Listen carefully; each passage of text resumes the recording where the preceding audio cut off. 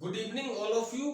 हम जो अगेरकस आपको जो पढ़ा रहे थे उसी को आगे बढ़ाते हुए अब उसमें हम आपको स्ट्रक्चर खत्म कर गए थे। वो स्ट्रक्चर में दो टाइटल थे आपके, वेजिटेटिव माइसीलियम और फ्रूटिंग बॉडी और बेसिडियो कार्प। उसी को आगे बढ़ाते हुए अब जो मेरा अगेरकस टॉपिक में, अगेरकस में जो है आपका अगला जो कंटेंट है वो आ रहा है आपका रिप्रोडक्शन। क्या आ रहा है? रिप्रोडक्शन। ठीक है, तो इसको हम आगे बढ़ाते हुए चलते हैं। और ये अगेरकस चैप्टर में मेरा तीसरा नंबर का एपिसोड है। तो इसमें आज जो बेसिकली हम लेने वाले हैं कि अगेरकस में रिप्रोडक्शन की विधियां। ठीक है, तो सबसे पहली और सबसे इंपॉर्टेंट बात कि अगेरकस में जो रिप्रोडक्शन है वो 3 मेथड से होता है। कौन कौन सा? आपका वेजिटेटिव रिप्रोडक्शन, वेजिटेटिव रिप्रोडक्शन, और दूसरा है आपका एसेक्सुअल रिप्रोडक्शन, एसेक्सुअल रिप्रोडक्शन, और जो है आपका तीसरा है आपका सेक्सुअल रिप्रोडक्शन, सेक्सुअल रिप्रोडक्शन। ठीक है, तो सबसे पहली और सबसे इंपॉर्टेंट बात कि इसमें अगेरकस में रिप्रोडक्शन की कितनी विधियां? 3 विधियां हैं। वेजिटेटिव, वेजिटेटिव को हम कहते हैं आपके कायिक जनन। क्या कहते हैं? कायिक जनन। हिंदी में अगर हम बात करें तो कायिक जनन। और दूसरे नंबर पे आपका जो एसेक्सुअल है उसको कहते हैं आपका अलैंगिक जनन। क्या कहते हैं? आपके अलैंगिक जनन। ठीक है, और इसको हम कहते हैं आपका लैंगिक जनन, लैंगिक जनन, लैंगिक जनन। ठीक है, इसको हम आगे बढ़ाते हुए अब हम जब स्टार्ट किया है तो अगेरकस में रिप्रोडक्शन। ठीक है, तो अगेरकस में रिप्रोडक्शन निम्नलिखित 3 मेथड से होता है। कौन कौन सा बच्चों?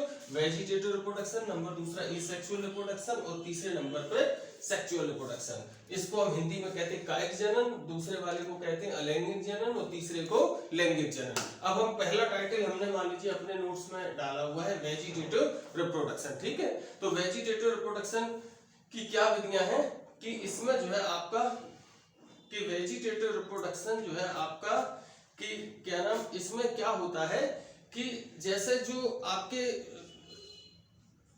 माइसीलियम के टुकड़े हैं, ठीक है, इसमें क्या है आपके मतलब सबसे पहली तो ये जो प्रोसीजर अपनाया जाता है वेजिटेटिव रिप्रोडक्शन का, ये एडिबल फंजा, एडिबल जो है आपके मशरूम के केस में, किसमें? आपके एडिबल मशरूम के केस में।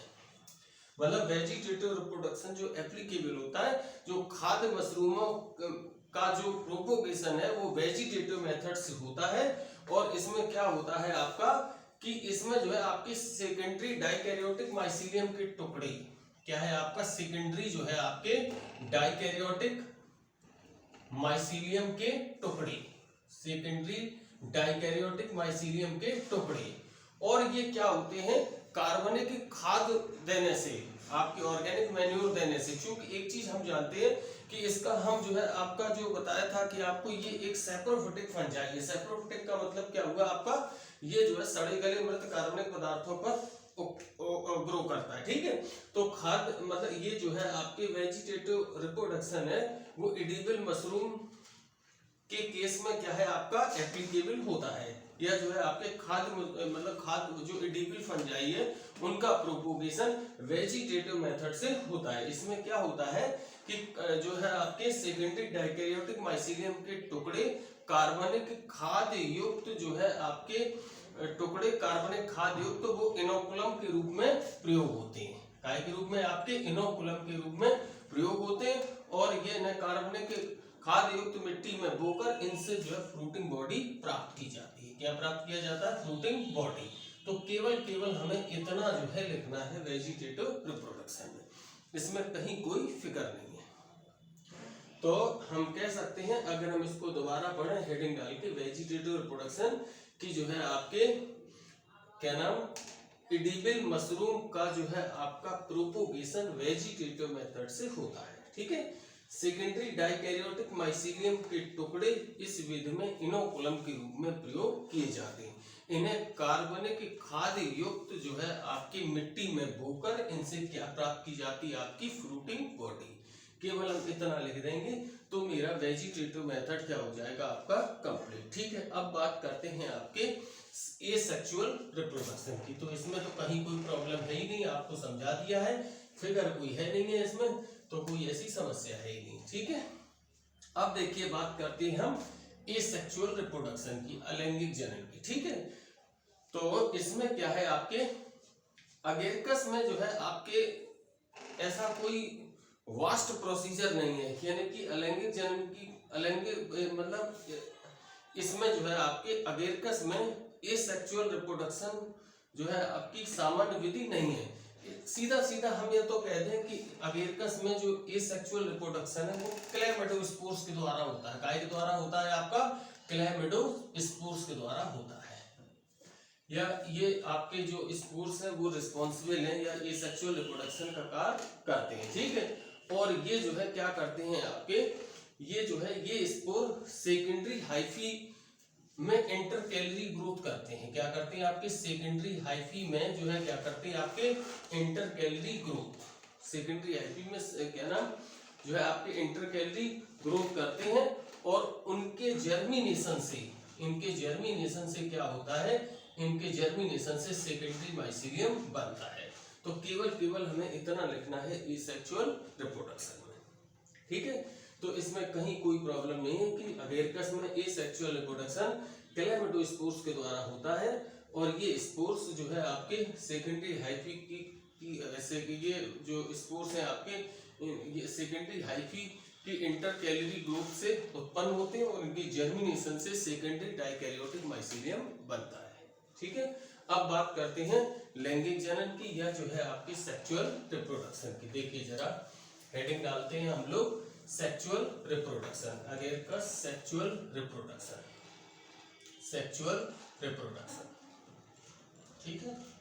अब देखिए जरा सेक्सुअल रिप्रोडक्शन में क्या है कि एक चीज है कि जो आपका बेसिडियो माइकोटेना का ये सदस्य है और बेसिडियो माइकोटेना के सदस्यों में आप लोग जानते हैं सेक्सुअल रिप्रोडक्शन प्रॉपर होने के लिए क्या चाहिए, रिप्रोडक्टिव ऑर्गन। और इन केस ऑफ अगेरकस या बेसिडियो माइकोटेना का मेंबर है, चूंकि अगेरकस पढ़ा है तो अगेरकस ही कहना पड़ेगा।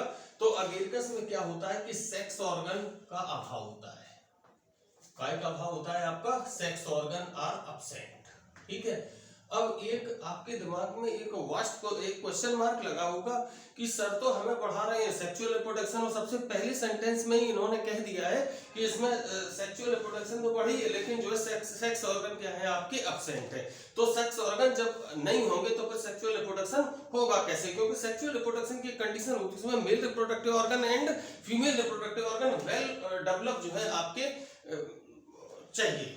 तो अब इसमें क्या होता है कि इसमें बच्चों एक चीज है कि इसमें क्या है कि बेसिडियो स्पोर के जो है आपके क्या नाम, इसमें जो है क्या है आपके बेसिडियो स्पोर से उत्पन्न, काहे से आपके बेसिडियो स्पोर से उत्पन्न, बेसिडियो स्पोर से उत्पन्न प्लस और माइनस जो है आपके स्ट्रैंड के हाइफी, प्लस और माइनस स्ट्रैंड के क्या है आपके हाइफी। उन हाइफी के बीच क्या होता है बच्चों कि उन प्लस और माइनस स्ट्रैंड के हाइफी उनके बीच जो है आपके सोमैटोगेमी होता है। क्या होता है आपका? सोमैटोगेमी, सोमैटोगेमी। और उनसे जो है आपके डाइकैरियोफेज क्या होती है आपकी उत्पन्न होती है। क्या उत्पन्न होती है आपकी? डाइकैरियोफेज क्या होती है आपकी उत्पन्न होती है। और इस डाइकैरियोफेज से क्या बनता है आपका? Secondary mycelium. क्या बनता है आपका? Secondary mycelium. अब आपके दिमाग में एक क्वेश्चन आया कि सर ने सीधा सीधा सेकेंडरी माइसीलियम बना दिया लेकिन सेक्स ऑर्गन कहाँ है? तो इसमें क्या है बच्चों, एक कंडीशन है कि जो प्लस और माइनस स्ट्रैंड के जो बेसिडियो स्पोर से जो उत्पन्न हाइफी है वो male and female reproductive organ के रूप में काम करते हैं, ठीक है। तो इस तरीके से हम इसको लिख सकते हैं, ये इसका इंट्रो पैरा है, ठीक है। अब देखिए जरा एक कंडीशन आई आपकी सोमैटोगेमी, इसको हमें अंडरलाइन करना होगा क्योंकि इसी से आगे हमारे स्टेप पढ़ेंगे।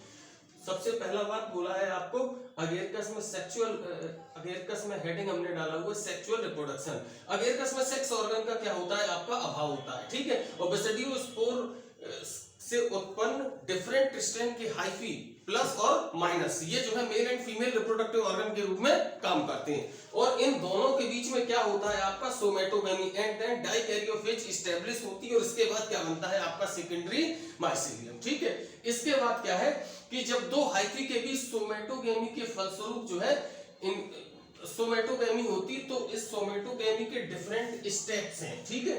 Number first and foremost important steps है आपका प्लाज्मोगेमी। क्या बोला है मैंने? Plasmogamy, plasmogamy. और दूसरा स्टेप है आपका कैरियोगेमी। क्या है आपका? कैरियोगेमी।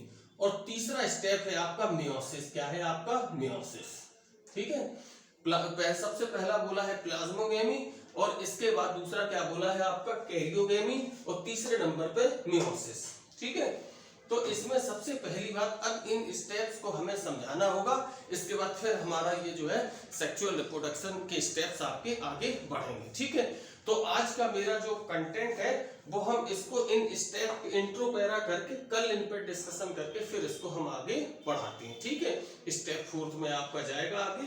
तो अब जो है आपको, चूंकि आपका ये हमारा रेसिड्यू माइकोटेना कंप्लीट हो जाएगा पूरा, तीनों मेंबर 2 ऑलरेडी डाल चुके हैं इसको आगे। ठीक है, थैंक यू, बेस्ट ऑफ।